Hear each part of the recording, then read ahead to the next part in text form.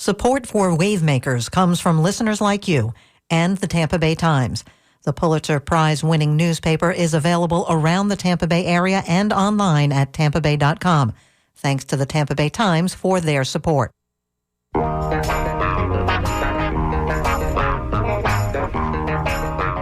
Today we bring you an encore presentation of Wavemakers. Janet and Tom will be back with a new show November 14th. We are not taking calls this hour. Good morning and welcome to Wavemakers on WMNF with Janet and Tom, a weekly conversation with people making a difference in the Tampa Bay region. I'm Janet. And I'm Tom. And answering the phones for us today is the lovely Irene. You can also email us at dj@wmnf.org or text us at 813-433-0885. Seagrass is in decline around Florida, including Tampa and Sarasota Bays. And that's proven deadly for our beloved manatees. Tampa Bay, which had seen an increase in seagrass for a decade, lost 4,100 acres between 2020 and 2022.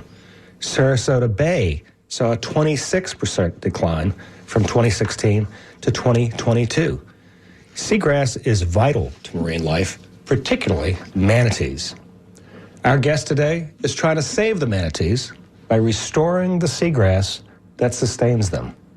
Tom Reese is president and founder of Ecosphere Restoration Institute, a nonprofit group that recently was awarded $5 million in funding from the state legislature to plant seagrass. Welcome to Wavemakers, Tom. Thank you. Appreciate it. Tom has decades of experience in restoring natural systems in Southwest Florida.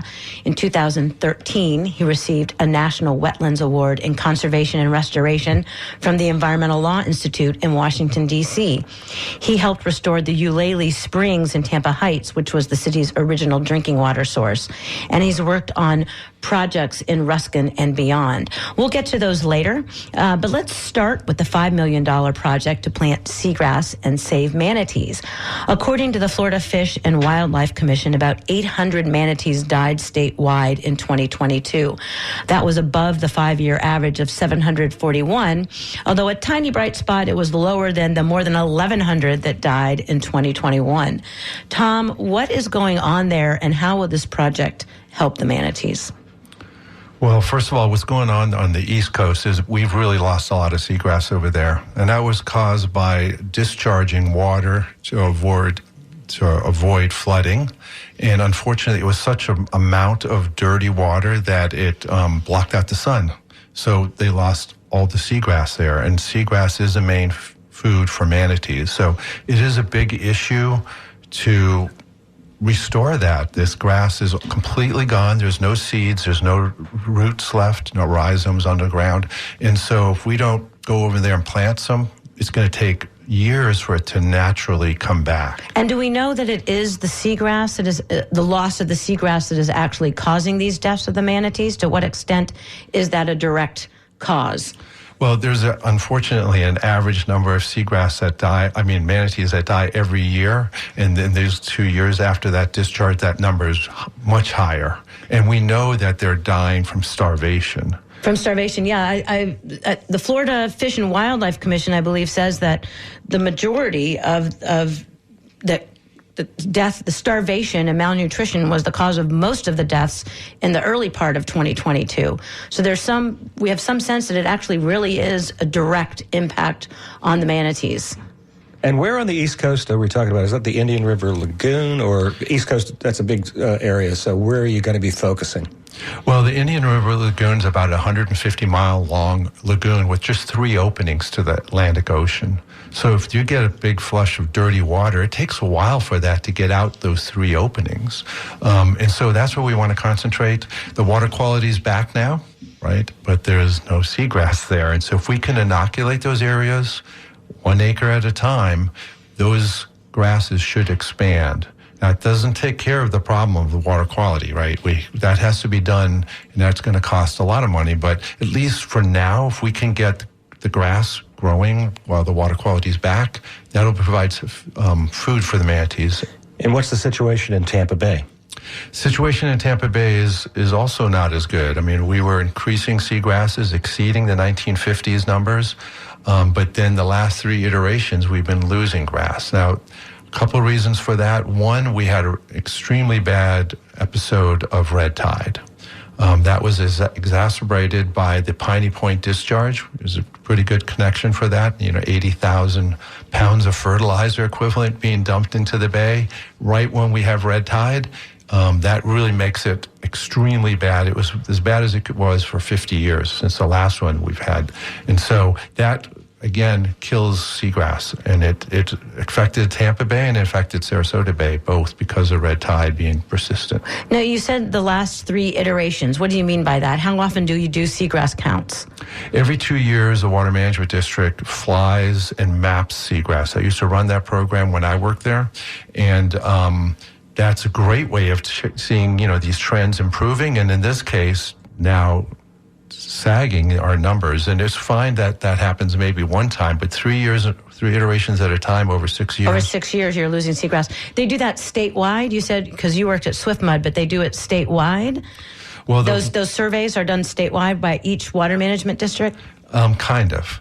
The Southwest Florida Water Management District does it every 2 years, and so does St. John's now. But South Florida was doing it every 5 years, and some of the water management districts didn't have the funds for that. So it's not uniformly done over the entire state every 2 years, but every 2 to 5 years, somebody's doing it. So we have good information on this, and that just shows not only that the seagrasses are getting less, it also shows that it's thinning out. In other words, areas that used to be mapped as continuous grass still has grass, but now it's patchy.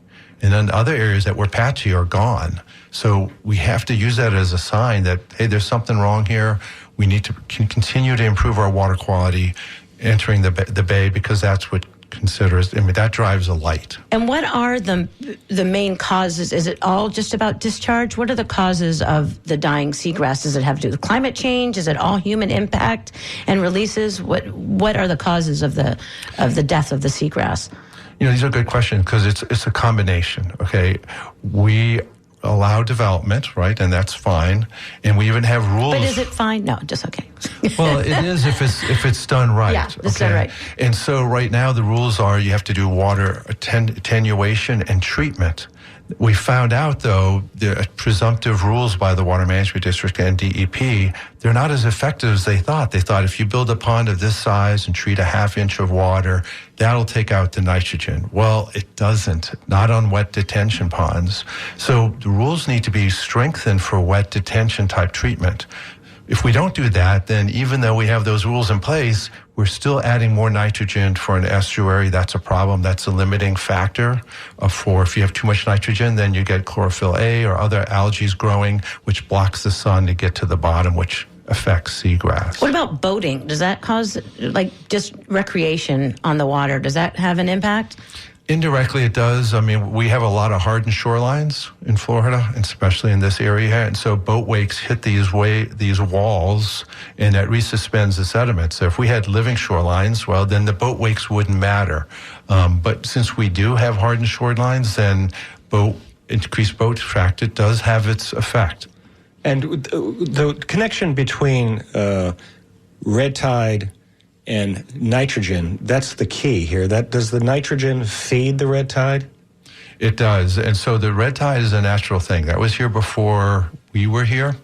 But it gets exacerbated by too much nitrogen or any nutrients in the water. So once you have red tide, yes, it's a natural thing. But when it gets so strong that it completely blocks out the sun, then that's a problem. And it has been, and especially after the Piney Point incident. I've got a couple emails. We've got David Bryant. David, thanks for sending us this email. He doesn't have a question, but he has a comment. He says, thank you for today's show and guests. I think that DeSantis gives zero craps about the manatees. I can even imagine him holding a fundraiser dinner with marinated manatee meat on the menu. Very nice alliteration, David. Just to prove that he's a manly man, more alliteration, and doesn't have a woke mind virus. So David is saying that, but apparently DeSantis did approve this funding, this $5 million in funding to plant seagrass, correct? I mean, he didn't veto it anyway. No, exactly. And I was surprised and glad for that, right? We need this funding now because without it, we can't do this. And if no one's going out there and planting, it's going to take a long time for it to naturally come back. And the manatees can't wait. Right. We have another text message from Bubba. Bubba's wondering, is the seagrass death partially due to extremely high sea temperatures? And what about poo-poo from leaking septic tanks? I can see where areas like Port St. Lucie could contribute to the snaky stuff fouling our waters. So what about that? High sea temperatures and leaking septic tanks. Does that weigh into it? Especially the latter does. Septic tanks are a problem in areas where septic tanks work really well, except you need 4 foot of separation from the bottom to the groundwater. In Florida, we're so flat, it only works when you're in higher elevations. And so in low elevations, septic tanks have a tendency to leak, and that's providing nitrogen to the water. As far as temperatures go, there's a lot of research has been done with seagrass on what their temperature tolerance is, and they have a pretty wide range. I'm not sure if the temperature is. I think sea level rise are going to have more effect on them than higher water temperatures. Interesting. Why sea level rise? Well, right now, seagrass goes down as deep as it can, right? So light gets on, 22% of the light has to hit the bottom. Now, we have 6 inches in the last 3 decades increase, and we're going to keep increasing. Now it's not going to be able to get down as deep as it was. Would it just move in, though, as it, you know what I mean? As the coastline moves in, the seagrass would go with it. It should, as long as they're not pinched, right? If there's infrastructure and stuff, then there's no way for whether it's the emergent plants community can't move up if it's hitting a road or a house. And the same with the seagrass. It only can go up so much. So most of the seagrass, when we see, is growing from a certain depth on the shallow side. Mm-hmm. On the deep side, it's always trying to grow, but it needs enough light. As soon as we limit that, it's pinching in on that side. So there's not much room for seagrass to go up until the water goes up, and then it can't hit something, right? If there's infrastructure, there's a problem. Continuing on that note about the seawater temperature rising, because it does affect the coral. We know it's affecting the coral. There's no relationship between coral and seagrass. Like, would the death of the coral then impact the death of the seagrass, or they're completely separate? They're pretty much separate. The corals are dying because of the heat, right? The heat itself is just, they can't handle that kind of heat. Seagrass can handle heat. Now, obviously, there's an upper limit for them too, but we're not going to get into that point for them. So they really are separate. Now, Tampa Bay is a very large estuary. First of all, why did we see seagrass increase, and what parts of Tampa Bay were doing well before the last few years when we saw the decline? Well, all parts did well. And no one was planting seagrass, right? This is grass coming back because we're improving water quality. So there's a lot of things that are going around the Tampa Bay Estuary Program, working with the Nitrogen Consortium to reduce nitrogen atmospheric deposition on the bay. And so that's really helped, and getting entities to do more retrofitting, because a lot of the stuff that was built in Pinellas County and all of downtown Tampa was before there was any environmental rules. So anything in downtown Tampa or most of Pinellas County runs directly into the bay, because there was no rules then to have stormwater ponds. So we need to retrofit. And even though it's really good to allow infilling because we don't want urban sprawl, right? But you're grandfathered in. You don't have to do any treatment. Well, that has to change. Those type of things are important, because if we're going to allow infilling, which we should, you have to do something to take care of that runoff. You didn't do it here before, but you're the new owner of the land. And so there's ways of maybe providing some funds to do it, or do, LID, which is light impact development, or stormwater, like rain gardens. Do something to keep that water from coming in. So all this work that had been done prior to 2016, we saw the results in seagrass. We exceeded the 1950s numbers, which is a success story around the world, a very amazing situation.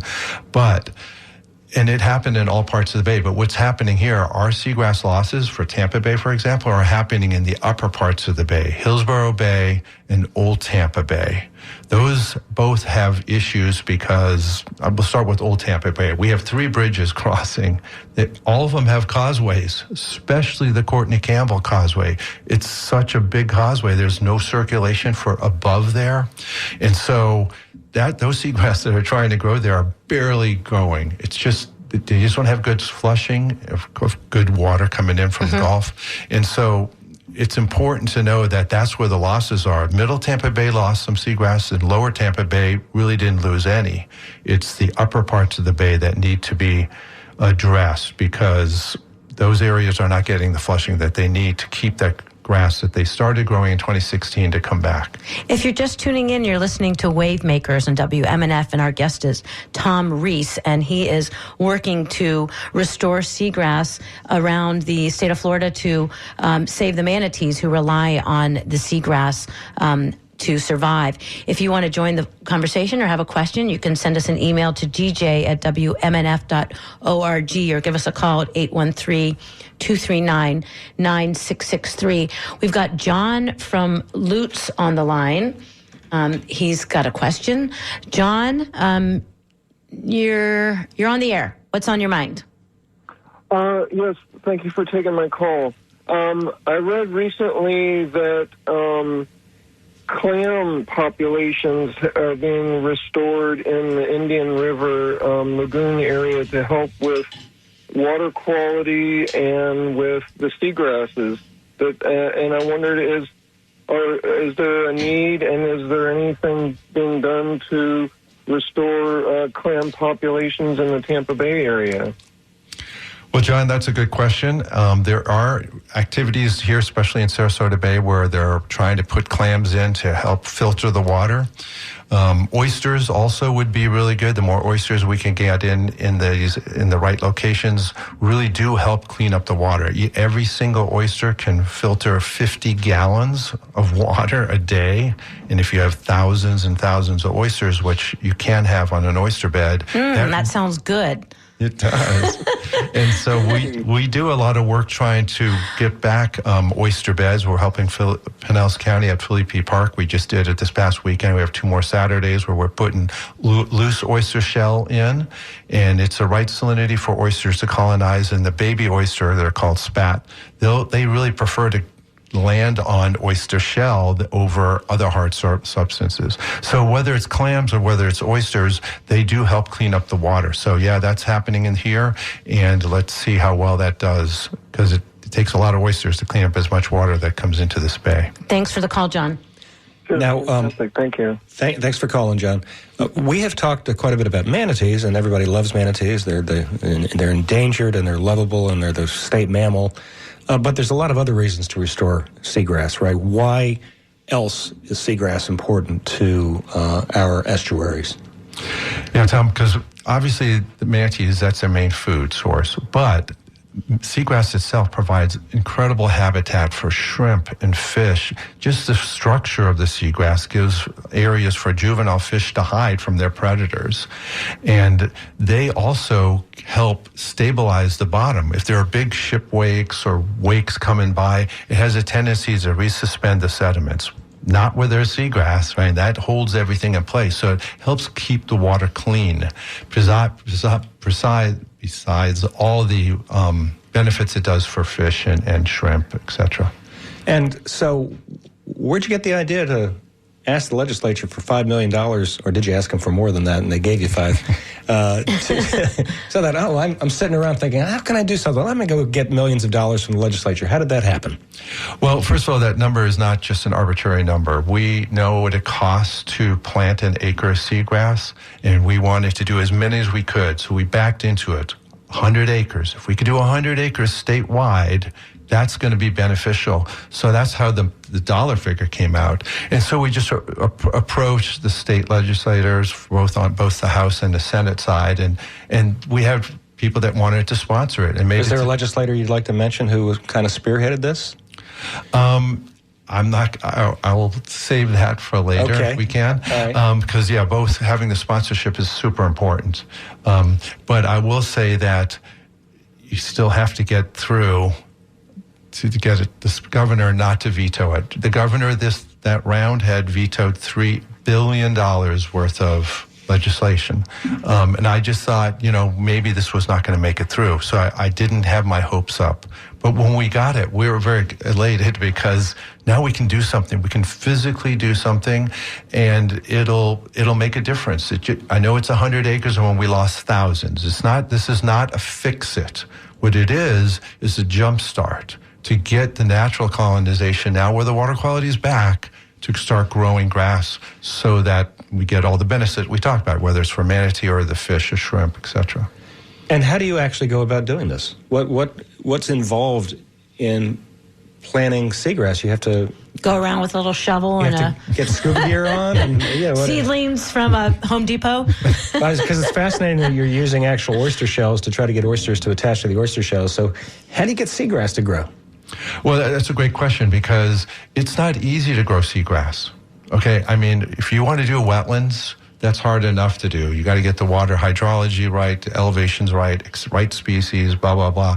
And still, wetland restoration is a little tougher to do. But seagrass, for the last 33 years, there was a study done by USF, and they looked at 33 years of seagrass plantings. Now, almost all of those were for mitigation. In other words, somebody got a permit to put a marina in or something, and unavoidable impacts occurred to seagrass. So they have to mitigate. So they plant it someplace else, right? Right. Where it won't die. Yep. And the problem is, if you don't know what you're doing, you look at a map and go, oh, there's seagrass here and there's seagrass here, and there's none in the middle, we'll plant it there. But if you had looked at the maps over years, there's never been seagrass there. There's something in the sediments, something that for whatever reason, because seagrass is going to expand anywhere it can.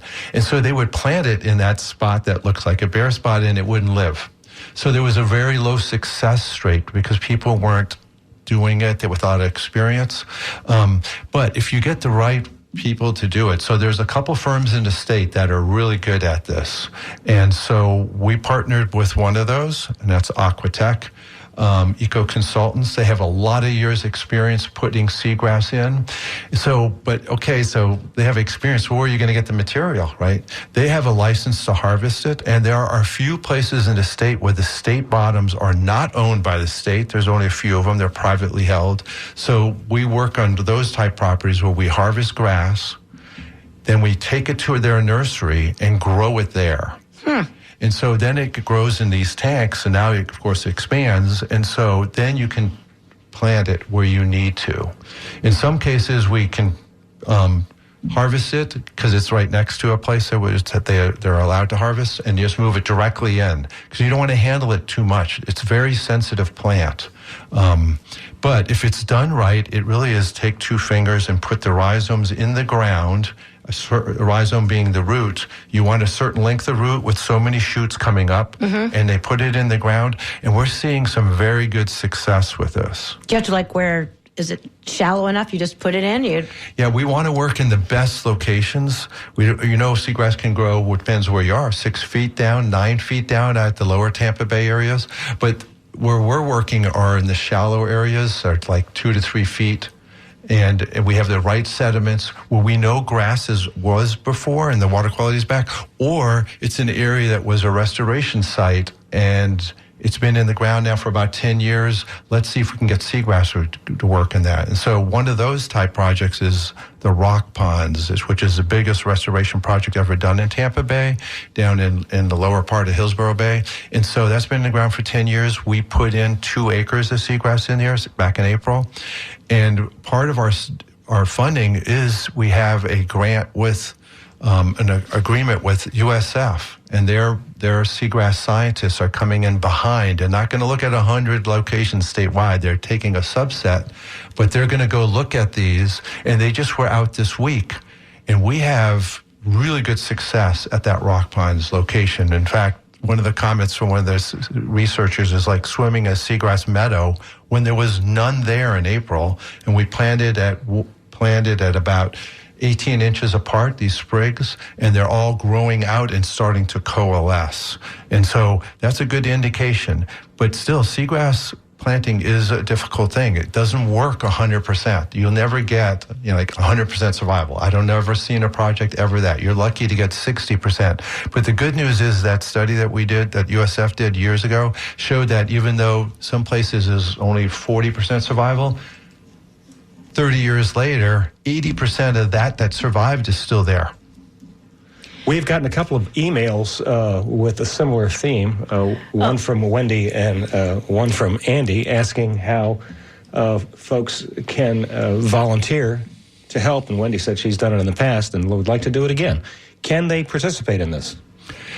Well, what we're trying to do is we have a contractor that has all the gear, has a harvesting license, the professional staff to do it. So most of what we're doing is through the contractors. Now, that doesn't mean we don't have extra grass and we can get people involved, because you want people to be involved so they own the site. They really help to participate. So you know where Eulalie Springs is, right? And every time we plant grass, whether it's marsh grass, the manatees come in and eat it. I want to say, for those who don't, Eulalie Springs is by the Eulalie restaurant, which is just north of downtown on the Hillsborough River, near Armature Works. So yeah, and it's 3 miles up from Hillsborough Bay, which is seawalled the entire way. So if you're a manatee, there's no food source for you, right? So all of a sudden, we open up the seawall and we open up the connection and let daylight the spring run to the river back in 2014. So they always go in there and they're hungry, right? So that's why we see more manatees in the Hillsborough River, because I know people are saying, that's fantastic, because there is more activity on the river altogether. It's amazing what's happened in the Hillsborough River and downtown Tampa. So the word got out in the manatee community. There's good eats at Eulalie. It must be true, because we have 33 different manatees that we know by their prop scars, unfortunately, in a lot of cases. But we've identified 33 animals that come in there regular and eat. That's great. So back to your question, for volunteers to get out, we did plant some seagrass in the spring at Eulalie using volunteers. And they lasted about 3 weeks, but the manatees find them, and unfortunately, the roots haven't held yet, and so they take the top and the bottom. But it's okay. These are extra plants that we have, and we can get volunteers to put them in. But for the 100 acres, we're going to stick with the contractor, just because we want our best success rate, because both have their importance. But that's kind of nice, though, to get together and put out food for the manatees in the spring. Where are those 100 acres? Are they all around the state? Or is it where? Can you tell us where they are geographically? Yeah, well, we've only put in 12. Okay, but where the plan, the $5 million will go for what locations around the state? Well, we want to go statewide. Right now, where we've planted in 3 different water management districts, up in the Panhandle. We've planted down on the southwest coast of Florida, obviously in the southwest Florida Water Management District in Tampa Bay. And why are we planting here and not jumping directly over on the East Coast where we need them? Well, you need permits. As silly as that might sound, for me to take my fingers and put grass in, you need a state permit and a federal permit to do that. And that takes time. Even if you're doing a restoration project, you have to get these permits, and that just takes time. So while we're getting permits, we're working in places where there are permits already. They just didn't have the funding to put them in. So we're working with FWC on sites that they have permitted. DEP has some sites that are permitted. The Water Management Districts has sites. So we're working now, but we're gearing up. And to answer your question, I would say probably 60% is going to go on the East Coast. But we are going to work down in South Florida. We're going to work wherever there's been seagrass losses. Daryl from St. Pete has been patiently waiting. He's got a question. Daryl? This is a pre-recorded show. We're not taking calls this hour. Actually, not a question. He's actually discussed 2 things of interest. He was talking about planting seagrass beds. I grew up here. I'm in my 70s here in St. Petersburg, and I spent a lot of time not only on the water but under the water. So I'm very familiar with a lot of things that have disappeared out of Tampa Bay, such as sawfish, etc. But one of the people I grew up with, he has a nursery over in Ruskin, and maybe the gentleman is familiar with him, Jim Anderson, and he pioneered this a long time ago because he had a big nursery. He started cultivating native grasses various species. But then he was an avid fisherman, and they were going to close down his fishing area because of the scarring from the propellers, as maybe it's been discussed here. And he said, well, why don't we, and so that got him interested. He began developing the technologies to address the seagrass restoration needs, and he's got biologists. He's gone all over the state restoring seagrass beds, growing that. And so I'm assuming the gentleman maybe knows about a lot of the work that he's done, but he got started because he was such an avid fisherman, and they were shutting down some of his favorite places. But the second part of this is, and I'm wondering whether there's any way that this can be applicable. I have 105 acres of submerged land alongside the Skyway Bridge. To the west of the channel by the second bridge of the Skyway Bridge. It's been in the family since 1955. And would like to do, I've always been an environmental person. I basically inherited this from the family. Unfortunately, there was a recent passing. But I've been an environmentalist all my life. I've been actively engaged. And the family was Pinellas Seafood Company, who my aunt and uncle built it into a mega multi-million-dollar business. He was an old mullet fisherman. And so, their life was on the sea. And eventually he sold it to one of their customers, which was Red Lobster. But the submerged land is now with me. I'm the sole, you might say, survivor of this. And I would like to see something like has been discussed about oysters or seagrass. I think Jim Anderson, I believe he's kind of maybe, his son's involved, but I think he's kind of maybe backing out because he's in the 70s like me. And he may be retiring somewhat out of this.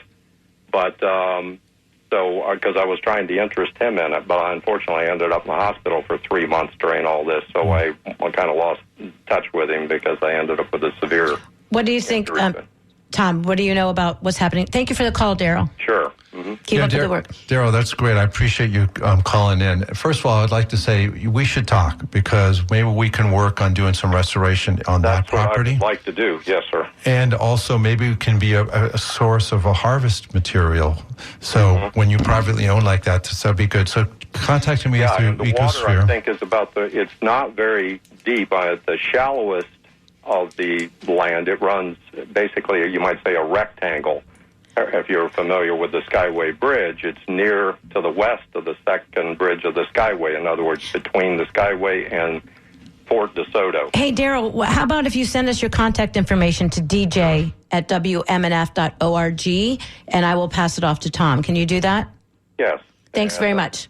Fantastic. Right, thank you. Thanks for the call. Thank you so much for calling. This does raise one interesting... about the private... Go ahead. I'm sorry, Tom. That's all right, Tom. I was just going to say that, Daryl, the last thing is, I know Jim Emerson well. Before he even started any of this stuff, we worked with him when I was doing restoration with Swim at Cockroach Bay. Jim is doing some seagrass work, and where it's possible, we'll collaborate on that. So, I appreciate you mentioning him. But where it works, we'll work with anyone so we can get, our big overall objective is to get seagrass planted and help them manage. And Daryl, send us that email to dj@wmnf.org. John from Dunedin has also been patiently holding. John from Dunedin, you are on the line. What's up? Well, I used to live down by Maximo Moorings by the Skyway, and we had dock restrictions to preserve seagrass, and we actually had manatees. I used to do a lot of windsurfing. I'd scare the manatees, they'd scare me. But one manatee in particular had a buoy attached to it, and I thought it got caught in a fishing line, so I called up the manatee hotline, and they had me read off the last four numbers, and they said, that manatee is tagged. It's not tagged, it has a buoy on it. And that was Brevy. She was caught in a red tide down in Sarasota. Nursed back to health at Lowry Park Zoo. Released at the Seco Power Station, and she was halfway home, and it was a big bull following her. It was really interesting to get the history of a manatee. And so, thanks for the call, John. It's amazing. Have a good day. They do great work at Lowry Park Zoo. It's amazing how many animals panthers and manatees, and just got to say, shout out to Lowry Park Zoo for all the good work that they do beyond just showing animals. We've got Kitty Wallace has a question for Tom. She says, you mentioned natural or living shorelines. Is there any funding available from state or the federal government to increase living shorelines? Hey, Kitty, good talking to you. Yes, there is funding, and that's a really good thing. Is the state has funding for resilient shorelines, okay? And we've helped a number of municipalities around here and counties get some of that money. Pinellas County got over $1 million for Felipe Park. We worked with Treasure Island to get $1.2 million because they have 3,000 linear foot of seawalled area, and we're going to take the seawall out. And because there's no need for it in that part. And in part of that 3,000 acres, about 1,000 of it is protected as far as physically, so there's no waves. And so we're going to take it out and put a real living shoreline in, saving them tons of money because their seawall's ready to collapse. And the part that's facing the ICW, the Intercoastal Waterway, where there's boat wakes, we can't take the whole wall out, but we're going to make it a seawall enhancement project. So there is funding available, and states, all the cities around here are tracking it, but there is funding, and luckily it's coming in this area. So that's just a small subset of the city of Gulfport, a number of entities. I was involved with trying to get funding locally so we can get living shorelines in. In fact, we did a living shoreline demo project with FWC at Apollo Beach at the Tico Manatee Viewing Center. So we put in a seawall, a piece of a seawall, and we put a living seawall next to it, and then we did oyster domes, oyster bags, and all these different treatments that people should know about, because just because you buy property and has a seawall doesn't mean it has to stay there. In most cases, even for City of Safety Harbor, we took their entire seawall out, and that was a high-energy situation. But when one of the hurricanes came through, we went the very next day, and it totally held. So we know these things work. It's just people don't know they exist. You're listening to Wavemakers on WMNF with Janet and Tom, and our guest today is Tom Reese, who is working to save the manatees by planting seagrass around the state of Florida. If you want to join a conversation, you can send us an email to dj@wmnf.org, or you can call us at 813-239-9663. This, of course, is a news show, but there's lots of great music on WMNF. Let's hear a little bit about a show that is not, some programming that is not on the WMNF broadcast channel, but actually on one of the HD2 channels. Listen to this. If you love classic soul, R&B, Caribbean, gospel, hip-hop, or house music, and if you love podcasting and exclusive interviews, if you love urban culture and urban music, then you'll really love the Urban Cafe channel. You can find it here on HD2 if you have an HD2 radio, or you can go to WMNF.org and download our mobile app so that you can listen to it all the time. And I have to say, Tom and I, when we are in the car, frequently tune to HD2 and listen to the Urban Cafe, and never disappoints. It's always terrific. Great music. It's so terrific. Check it out if you're not familiar with that. We have an email from Fez, who says, when I used to go out and see seagrasses 15 years ago, they were filled with pufferfish and seahorses, tiny but tons of them. So he's wants to know about the seahorses. He says later on he went out with people who told him how the water used to be crystal clear and it wasn't anymore. And Fez, I went out one time with some folks who were counting the seahorses, did a seahorse count, which helps determine the health of the seagrass. What do you know about seahorses, Tom? What can you tell us? I'm not an expert about seahorses, but I do know they need seagrass. Yeah. I mean, that's what they hang on. They hang on with their tail, and so they can eat. It affects, restoring seagrass is great for the manatees. Obviously, that's why we, could get funding for it. But you don't have to be a charismatic megafauna like a manatee to get funding. You need funding for the seahorses, for the fish, the pinfish, everything that uses pinfish. Yeah, right. Yeah, it was a cool thing. I can't remember what group I was out with, but we went out and you scoop up the water and you go through and you count the seahorses, and if there are more seahorses, that means that the seagrass is healthier. We've got a comment from Jerome, who says, how about the state issues one less medical marijuana grow license and one more seagrass grow license? Oh, that's right. the seagrass growers don't pay enough. So there's an idea. And then Annie Ellis, who hosts the Sustainable Living Show on WMNF on Mondays, another really, really great show, says she had the Brevard Zoo folks on her show, and they talked about planting clams. They planted 1 million seed-sized clams in nursery bags on the lagoon bottom, and they grew to the size of a tennis ball in just 9 months. Over 8 million clams were planted throughout 3 lagoon basins. She says they're doing great work. And clams help clean the water too, like oysters? They do. And I don't know which one does better. We have more information on oysters, and we know exactly how much they can filter. But both of them are filter feeders. And so if we can get some improvements in water quality with natural organisms, let's do it. Yeah. We've got Amy from St. Pete on the line. Amy from St. Pete, you are on the line. What's up? Yeah, hi. Just a couple of questions. Reclaimed water at the parks, especially if the reclaimed water is running off into the shallows, like say Laughing Park and St. Pete, and also how that affects ill or otherwise, and also the stormwater pollution issues we know are very bad. And what money or funds has come from the oil spills, the money that we got? What money is going towards restoration of seagrasses? I've always wondered that. Amy, that's a good question. We'll start with your first one. Yeah, the water quality that comes off of reclaimed water is not that good. I mean, it's better than what they used to do, right? I mean, they're treating it, but still the nitrogen and phosphorus is high. So it's best for that to not enter the water. I mean, it's great to water your lawn, but you don't want to overwater your lawn. You don't want it to go directly into the water supply or the bay, because it too is high in nitrogen. And so we're really trying to limit nitrogen. Now, as far as the oil spill money, how much of it went directly for seagrass, I don't know of any. I mean, I'm sure they did some good things for the environment. I'm not trying to say no one's wasting that money. I'm just saying directly planting seagrass, I don't think anybody was doing that, because you got to do it the right, and you can't just put it out anywhere. You got to know why it's not the grass is not there, or in a case like right now where we're declining in grass, you want to put it back where it used to be if the water quality is good. So good questions. I do think we need to do more for seagrass, funding wise. I know $5 million is a lot of money, but if we got the second largest shoreline in the country in Florida. Yeah. So that's $5 million, but won't cover it all, I'm sure. Thanks for the call, Amy. Thank you. Bye. We've got also Brianna from St. Pete. Brianna from St. Pete, you're on the line. What's on your mind?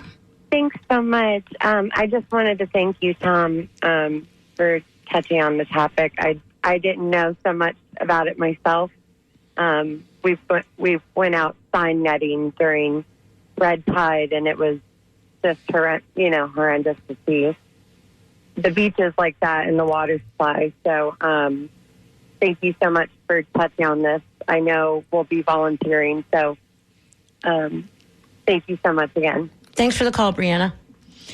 And then we have a call from Matt, an email from Matt Riola, who says the Living Shoreline Project in Treasure Island is around the municipal golf course. How do the fertilizers of a golf course complicate the benefits of the Living Shoreline? That's a good question, Matt. What do you think, Tom? Get rid of the golf courses. Well, there's a group that really wants to take that golf course out because it's losing money. Right? It's losing a lot of money, and it's the city's, it's losing money because it's a really wet course. They don't get a lot of activity. Now, people that live around it, of course, that's an amenity for them. So the question is, the fertilizers they put in on the golf courses, they are usually too much fertilizer because they want the course to be, pristine. Luckily for the Treasure Island golf course, they're not putting in a lot of nutrients. They have 2 stormwater ponds on site. One was directly connected to Boca Ciega Bay, and the other one's connected intertidally between the two. And so part of this restoration project where they're taking out the seawall, we are going to improve those ponds. First of all, we're going to cut them off from directly pouring into the Boca Ciega Bay, and we're going to take all the legacy chemicals, sediments, and excavate it out of those 2 ponds, and then put littoral shells with native plants around so they clean up the water. And then so they're only intermittently connected. When they do connect and discharge, they'll have clean water going out. So it's always a concern near golf courses. We've taken a lot of golf courses over the years and transformed them into productive ecosystems because they're losing money, right? So anyway, I think it's a real good question, and at least it's going to be better in the future at that site. We have an email from Gary Gibbons. He says, I love to fish and I have a boat, but I also love to use my stand-up paddleboard. Unfortunately, the massive expansion of the number of boaters, especially flatboats that allow fishermen to access the shallowest waters, is taking a toll on our seagrass beds.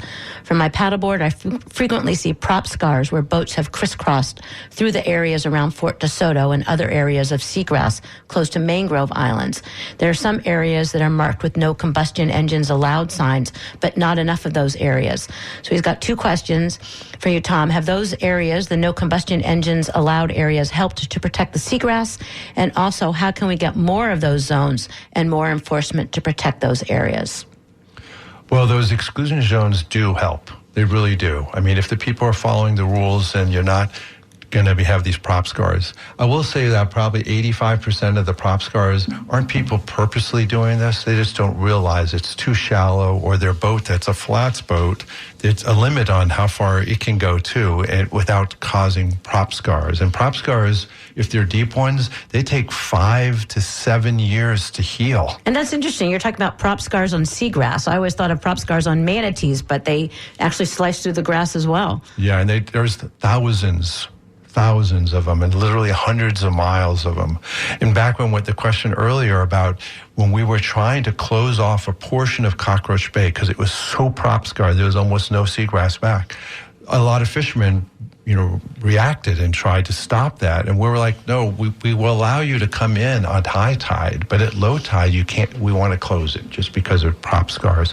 Unfortunately, that never went through, but those exclusion areas, I know that limits where people can go, but we need to do those to heal it. Let the area heal for a few years, and maybe even plant the grass back in or put sediment tubes so that the prop scars are back to the right elevation.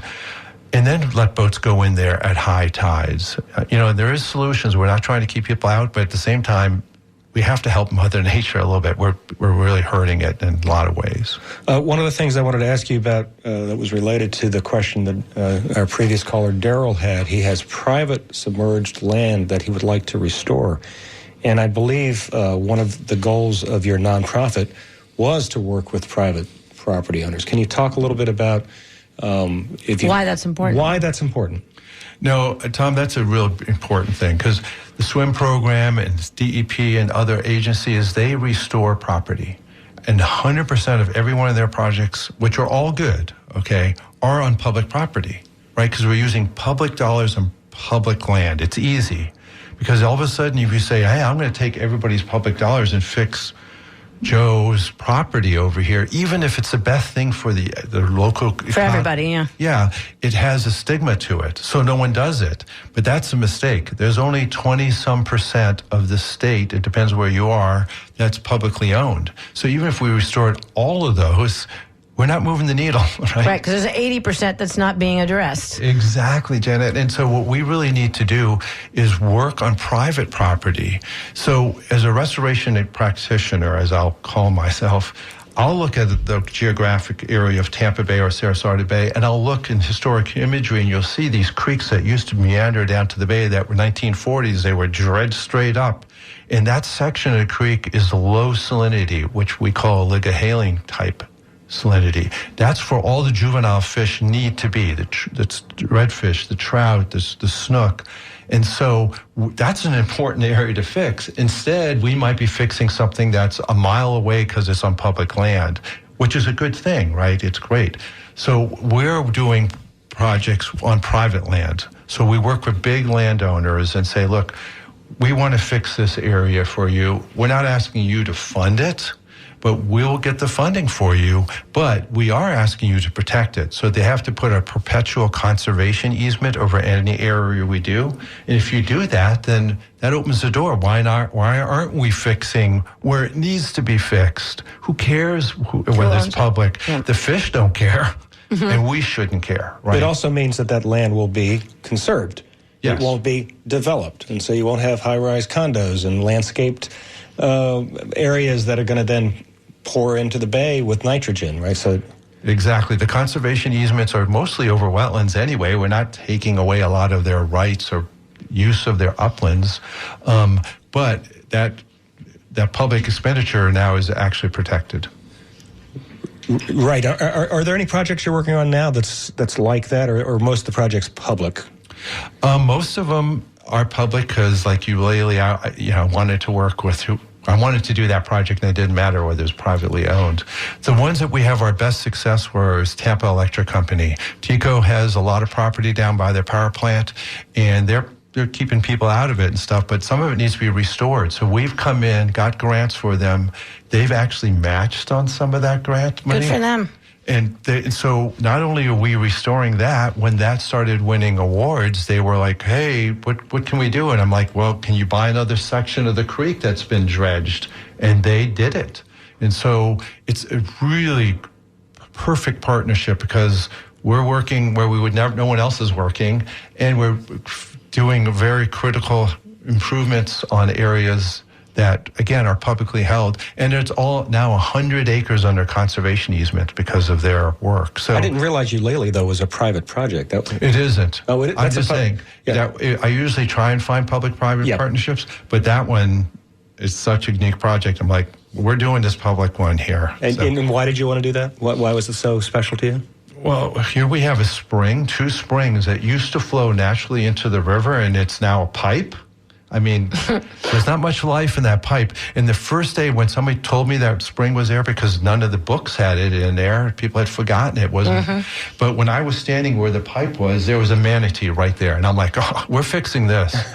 and the city at first didn't want us to do it. Not that they weren't supportive of the project. They obviously were, but they were getting ready to do the Waterworks Park. And they said, if you have to get funding, you have to prove you can get funding in 6 weeks, which is very hard to do. But we were able to secure 7 grants.